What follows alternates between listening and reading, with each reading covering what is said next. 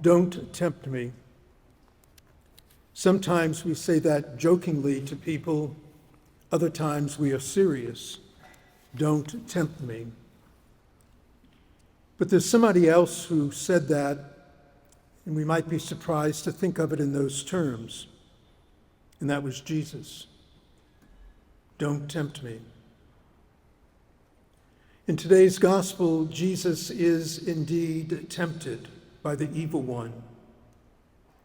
Therefore, like us, he understands the tension, the inner conflict, and the pull at his heart to be tempted. That's what happens because of temptations. Today in the scriptures, we find Jesus tempted 3 times by the evil one. Jesus had been fasting for 40 days and 40 nights. Therefore, he is weak, he's tired, and he's hungry. The evil spirit takes advantage of his weakness.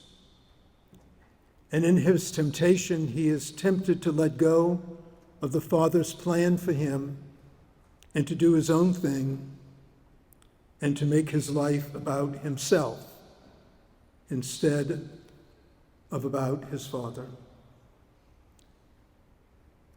My brothers, we must be clear and not sugarcoat this. The temptations that Jesus felt and that were given to him by the evil one were real temptations.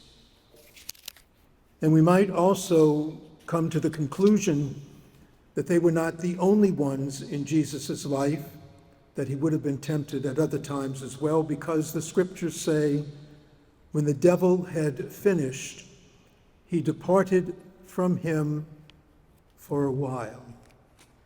For a while.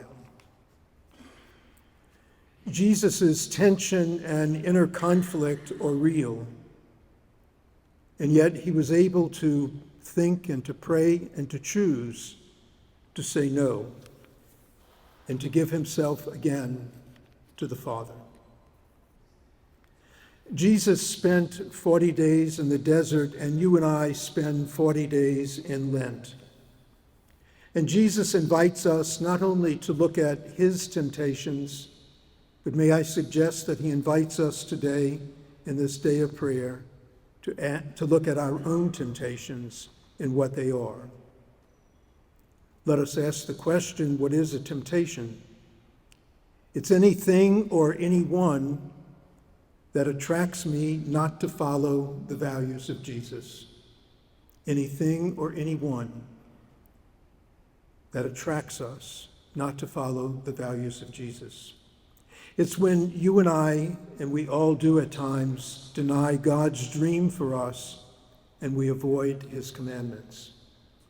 And we all experience that tension within our lives. And usually when that happens, there's always this inner voice that says things like, go ahead and do it, it's not that bad. No one will know. No one will get hurt. That's what real temptation is all about. And we all experience temptation, and sometimes it's several in a day, if we're honest. But let us be mindful that temptations are not sinful. Temptations happen. They're not a choice. They seem to happen. And there's no guilt that needs to be because of a temptation. It's an attraction to that which is not of God. It is when we say yes to the temptation and we go our own way instead of following Jesus when sin takes place. And we must claim that as our own.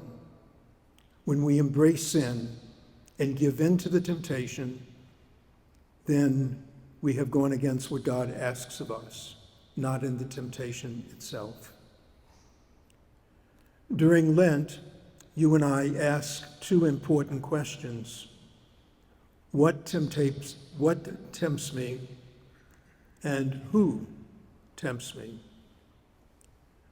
When we sin, we go away from what God is asking us to do, and when we do sin, and we go against what God is asking us, isn't it interesting that God's love never changes and it never becomes distant, even in the midst of our infidelity, even in the midst of our sin? He continues to love us, and he calls us to a change of heart, and then he calls us to ask for forgiveness, which he promises to give to us.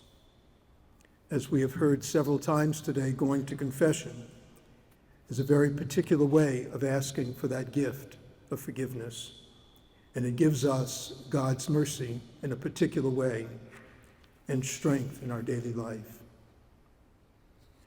May I suggest that as we bring this day to a close, but yet as we continue our Lenten journey, that we ask the question, what is my personal greatest temptation? And then we choose a penance for Lent that will address that specifically, not just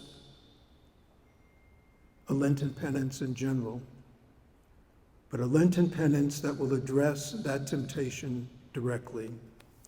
We ask the question, what attitude is in me that needs to change to help me listen more to Jesus himself as he tells me what he wants for me? And so I suggest that we fill in the blank in our own prayer. The greatest temptation I have at this time in my life is, fill in the blank for yourself, and for each and every one of us, that will differ. The greatest temptation I have today, during this time in my life, is. And then we ask the question, God, forgive me and help me. We choose a penance that will help us to say no, to have that kind of discipline in which we say no. My brothers, once again, let us be clear. Jesus experienced real temptation, and he said to the evil spirit, "Don't tempt me." But he was tempted. He knows the pull and the inner conflict that we go through in terms of our temptations. So what does he do? He's waiting to strengthen us. He's waiting to give us a new heart and a new spirit. So Jesus joins us sometimes in our daily lives when we say to the evil one or to someone else, "Don't tempt me." Jesus knows what those words are like.